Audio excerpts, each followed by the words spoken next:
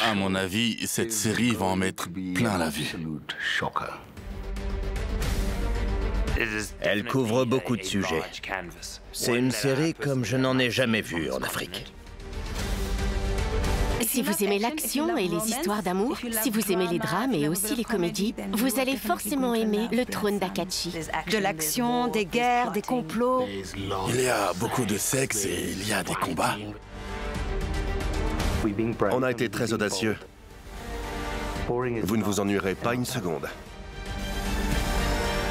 L'ensemble du casting est génial. Je suis entouré d'acteurs qui ont fait un travail remarquable et incroyable au cours de leur carrière.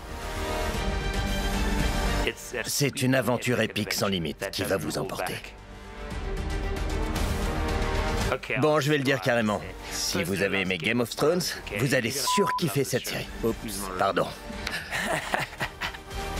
Indumiso zegazi ziphawula ukubhanga kwentsuku.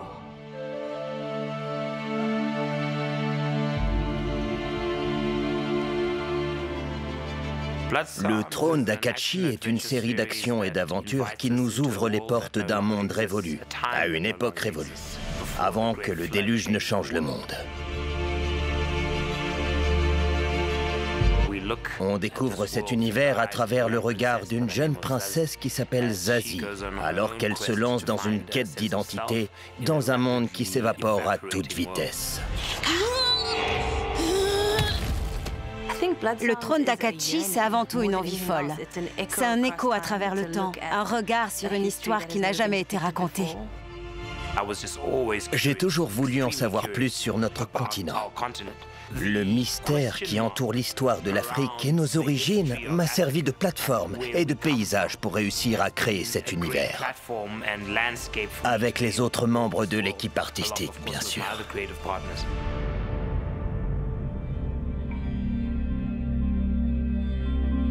Il y a 4 tribus principales dans cette partie du monde. Les Rouloua, les Uchawi, les Akachi et les Chini.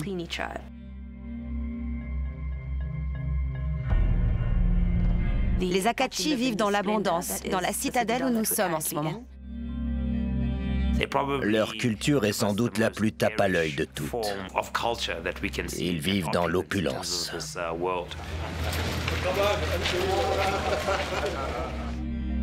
Les Chini sont un peu les rebuts de ces tribus. Ce sont les pauvres et les démunis. On les a en quelque sorte poussés à vivre sous terre. En devenant des habitants des profondeurs, il semblerait qu'ils aient acquis des pouvoirs qui les aident à se transformer en Yengaru. Plusieurs intrigues se déroulent autour d'eux. Les Uchawi sont un ordre druidique matriarcal. En gros, ce sont des sorcières. On a filmé la plupart de leurs scènes dans la province du Cap-Oriental, à Guadana, qui est censée être le berceau de la sorcellerie. Elles sont plus savantes, elles ont plus de traditions et de connaissances.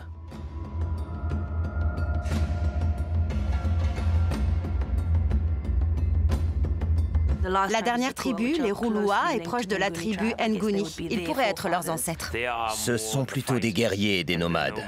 Ils errent et parcourent le pays.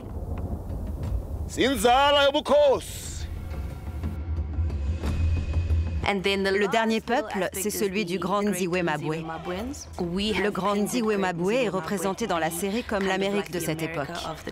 Dans cette saison, une délégation menée par un sénateur vient assister au mariage.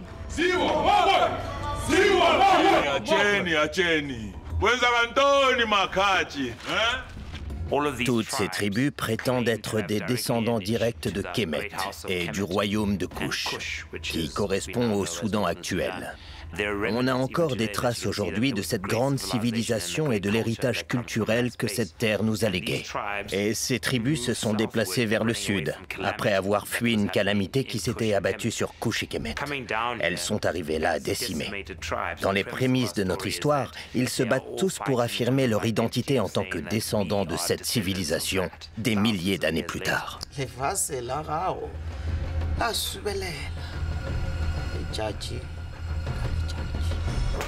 Et coupé. C'est coupé. Merci. On passe à la suivante. Merci.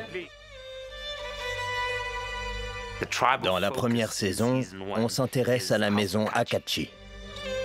Cette maison est gouvernée par le roi Lecha. C'est un roi très excentrique qui a une fille, la princesse Zazie. C'est le personnage principal que l'on va suivre tout au long de la saison. Mon personnage est une jeune princesse qui essaie de sauver son royaume d'une prophétie funeste, tout en essayant de comprendre qui elle est exactement.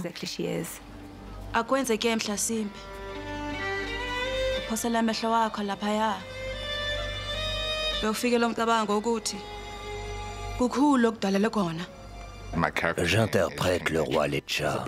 C'est une âme torturée. Il a quelques problèmes à régler avec son père et il finit par devenir fou. Il n'a plus de limites.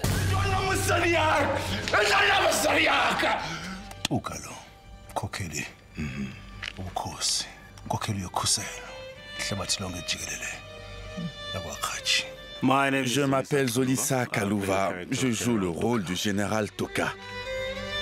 Il est à la tête de l'armée Akachi. Il est originaire de la tribu Rouloa. Il s'agit d'une tribu de paysans, une tribu rustique. Il déteste qui il est et d'où il vient. Il déteste l'héritage de son peuple. Il aspire à devenir quelqu'un d'important. Il a réalisé que la tribu Akachi était la plus éminente du royaume et il a gravi les échelons pour devenir général de leur armée. Je joue le rôle du commandant Lekoya. Les gens qui ont un sens de l'honneur et du devoir et qui ont des valeurs morales aimeront ce personnage.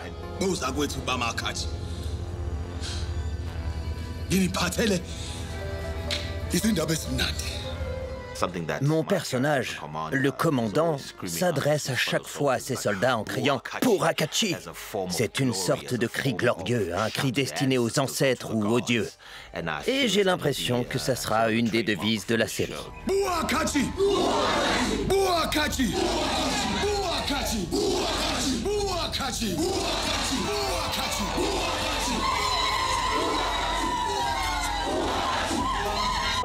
La reine Asili est la matriarche de la tribu Uchawi. C'est sa tribu. Mais elle n'habite pas avec les siens parce que c'est la magicienne de la tribu Akachi.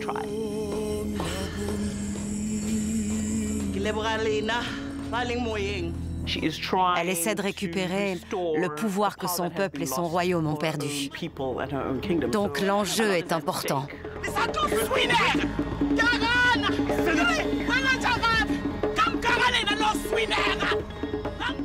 Elle est prête à se débarrasser de tout le monde, y compris de ses enfants.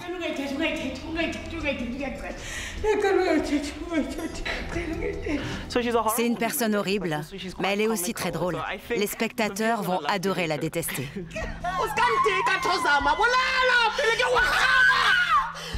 Je joue Nkamanzu. Il fait partie de la tribu Akachi. C'est l'oncle du roi, mais il est très avide de pouvoir. C'est un intrigant. C'est un vieillard qui passe son temps à comploter.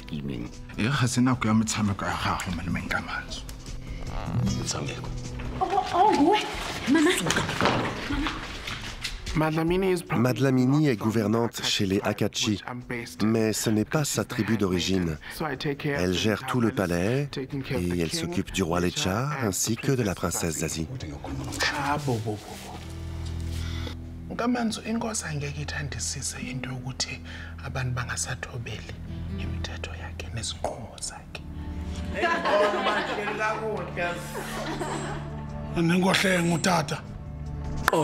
Kota est le fils du chef Semanzo.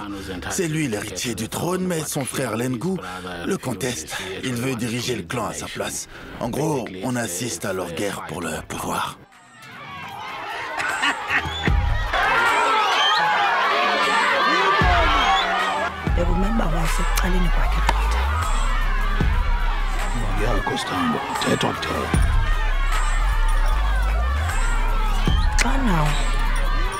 Inhlokonkulu ekhetha igqibelo lakhe endaweni kaMafungashi. Ewe myeni wam, kunyanzelekile mpofu. Dans le trône d'Akachi, Lala est une terreur. Elle donne absolument rien. Quand elle l'a décidé, elle obtient tout ce qu'elle veut. Peu importe les moyens qu'elle doit employer pour l'obtenir. Ce qui est stressant avec ce rôle, c'est que je n'ai trouvé aucune référence sur laquelle me baser. Donc, j'essaie de faire attention au langage et d'éviter le maniérisme. C'est assez difficile. C'est un défi très intéressant. On a vraiment tenu à n'exclure personne dans notre population d'actrices et d'acteurs. On a longuement réfléchi au rôle qui serait attribué à chaque comédien et quelle langue il parlerait. On s'est assuré que les acteurs bilingues pourraient interagir avec différents personnages et créer un lien entre eux. Parfois, ils parlent Xhosa, parfois Zulu, mais on garde une unité. Ce qui m'a plu avec cette idée, c'est que ça nous a permis de construire un univers cosmopolite et éclectique, dans lequel les choses qui devraient nous séparer, comme les accents, sont source de fierté et d'amusement dans la série. Donc, la langue fait partie intégrante du milieu culturel que l'on essaie de créer ici. Munataka wasimba wa kweli manisaidie, Sibulela kakhulu kuwe ukuthi uziqhamule. Sikule kulizwe lakude enziwe mabwe. Uthi qada lo wethu umhlaba. Kenjengo yokuzimasa. Xa ikumkani yethu izimanya ngeqhina lomtshato. Lenkosazana yamachawe Thozama.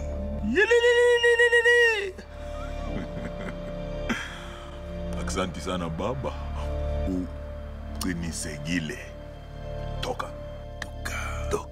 Le plus gros défi à relever pour jouer à Silly, les serpents. Il a fallu que je surmonte ma peur. Je suis fière de moi.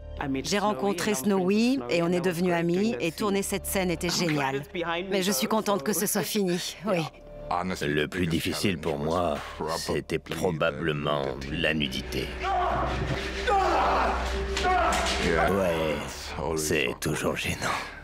Le plus gros défi à relever pour moi, je suis un homme et je joue le rôle d'une femme. Être le premier homme en Afrique du Sud à jouer une femme, c'est historique. Et l'histoire a toujours été montrée sous un seul angle. Donc je suis très fier.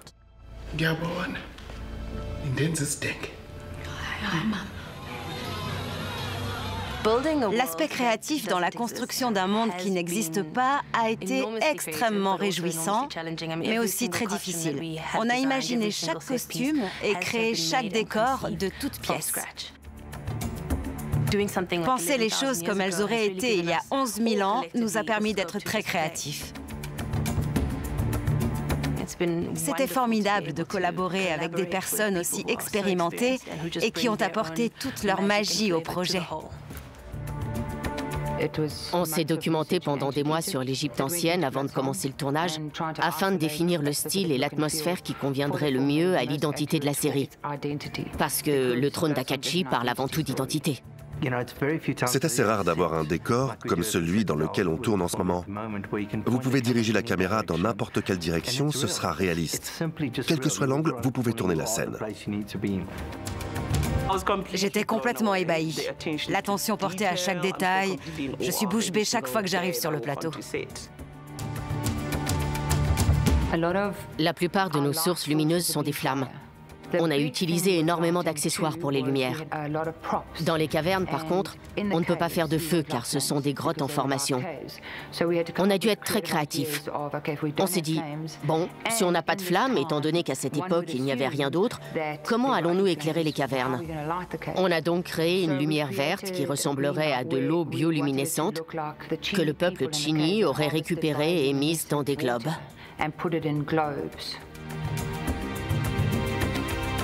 J'ai hâte de voir si les spectateurs vont s'intéresser à ce monde et comment ils vont l'appréhender. Parce qu'il y a beaucoup de choses qui vont les faire tiquer.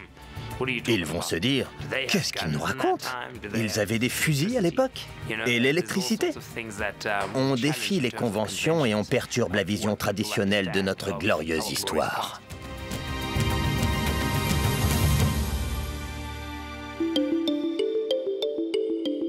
La première chose dont on a discuté avec Jamil, c'était le style de chacun des 5 royaumes présents dans l'histoire. Il faut qu'on puisse reconnaître et différencier chaque culture, que l'on sache d'où viennent les personnages. Si vous voyez tel ou tel look, vous devez être capable de différencier un Chini d'un Akachi ou d'un Roulois. Il faut que ça se voit d'après le maquillage. Dans l'Égypte ancienne, les gens avaient tendance à être rasés à cause de la peste et des poux. Donc, dans le royaume Akachi, ils sont très soignés.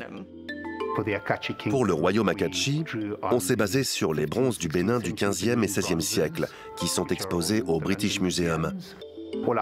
Nous n'avons utilisé que des matières naturelles que l'on aurait pu trouver à cette époque. La conception de ces costumes était dingue. Toutes les pièces ont été assemblées et cousues à la main. C'était notre plus gros défi, trouver les artisans spécialisés. Certains costumes, comme ceux du roi Leccha, sont recouverts de perles.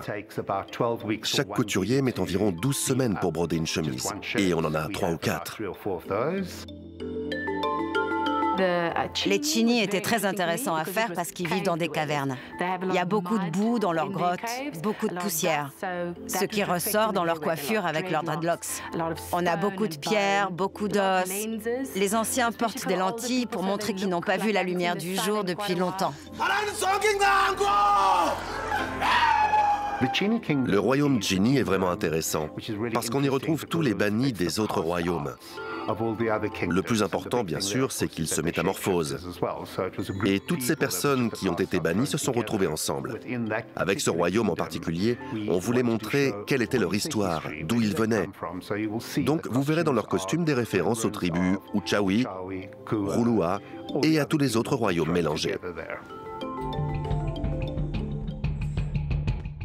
Le mode de vie des tribus nous a beaucoup influencés. Chez les Roulois, il y a pas mal de scarification. Chaque événement important se trouve marqué sur leur corps. La tribu Roulois est proche de la nature. Ils sont colorés, peinture de guerre, tête rasée, tatouages. Visuellement, c'est très riche.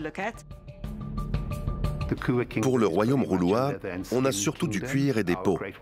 Ce sont de grands guerriers, ils sont torse nu. On voulait montrer leur scarification et leur physique. On doit comprendre que ce sont de grands guerriers qui traversent les plaines d'Afrique.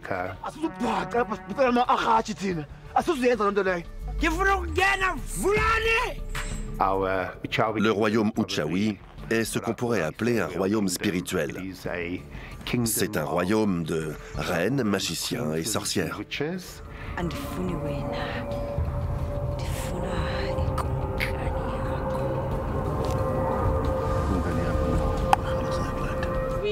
On a utilisé beaucoup de prothèses. Certaines femmes devaient être transformées en serpentines, ce qui nous prenait presque 4 heures. On devait les couvrir avec des prothèses de peau de serpent, les peindre en vert, et pour les démaquiller le soir, ça nous prenait encore 2 heures. On a repoussé les limites du possible au maximum. C'était fantastique.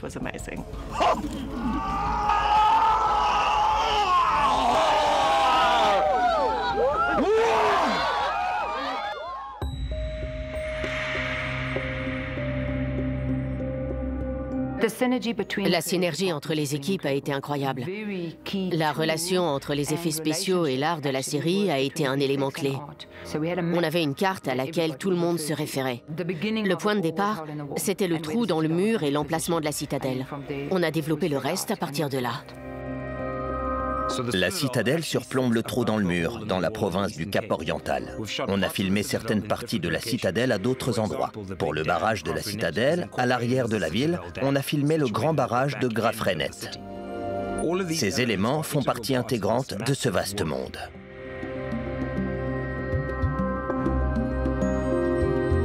J'ai adoré tourner dans le Cap-Oriental. Ça a apporté une toute autre dimension à ce qu'on essayait d'accomplir et ce qu'on a réussi à faire. L'ampleur de ce qu'on a accompli à Coffee Bay, ainsi que dans la vallée de la désolation qui se trouve à côté de Grafrenet, était exceptionnelle. Vous vous sentez tellement insignifiant, tellement petit face à l'immensité de ces lieux. On a vraiment réussi à recréer l'ambiance qui devait régner il y a 11 000 ou 12 000 ans sur ce continent, ou dans ce monde. On a toutes sortes de créatures dans cette série. Par exemple, pour les Yengaru, on a travaillé en étroite collaboration avec un maquilleur SFX, Rob Carlyle, et son équipe de choc. L'équipe des effets visuels s'est occupée du design et de la modélisation. Puis l'équipe de maquilleurs SFX a créé, grâce à des techniques d'impression, un costume fonctionnel à partir de la 3D, pour que le personnage ressemble à la version numérique. Beaucoup de scènes avec un lion sont faites en numérique, mais on a préparé le tournage soigneusement pour que tout s'intègre bien. Dès qu'il s'arrête et voit le lion, tu le vois aussi. Il faut que tu recules un peu. Action!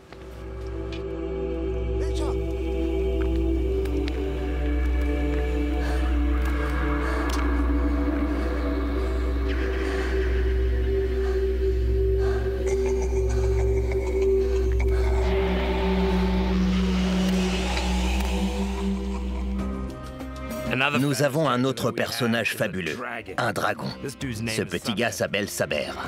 Ce qui nous a donné beaucoup de travail, c'est l'émissaire de la déesse Eka, joué par Tando Tebet. On a créé un effet de cheveux enflammés pour donner une dimension surnaturelle à son personnage. On a dû être très créatif pour que ce soit réaliste. Ce qui a été difficile aussi, ça a été tout simplement d'intégrer au monde réel les animaux créés numériquement, comme l'éléphant, pour qu'on ait une vraie interaction. Notre référence, c'est Cecil B2000. Énorme. Ce que j'apprécie vraiment dans tout ça, c'est de pouvoir donner corps à une passion qui m'habite depuis très très longtemps. Cette passion, c'est de déterrer un passé qui ne demande qu'à être raconté. Si ce n'est pas nous qui projetons l'image que l'on veut donner, quelqu'un d'autre le fera à notre place.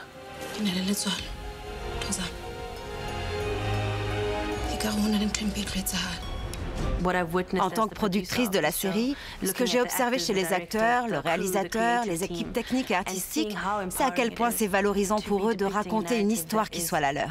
La nôtre, en fait. Ça va au-delà de la production d'une série. Car, en racontant notre propre histoire, on propose au monde une vision différente à laquelle s'identifier. Une vision différente pour les nouvelles générations aussi. C'est comme ça que l'on construit son identité et c'est déterminant. Pour l'héritage qu'on laisse, les limites qu'on repousse et pour exporter notre culture. C'est une histoire incroyable, mais surtout en termes de représentation, c'est exactement ce dont on a besoin en ce moment dans ce pays.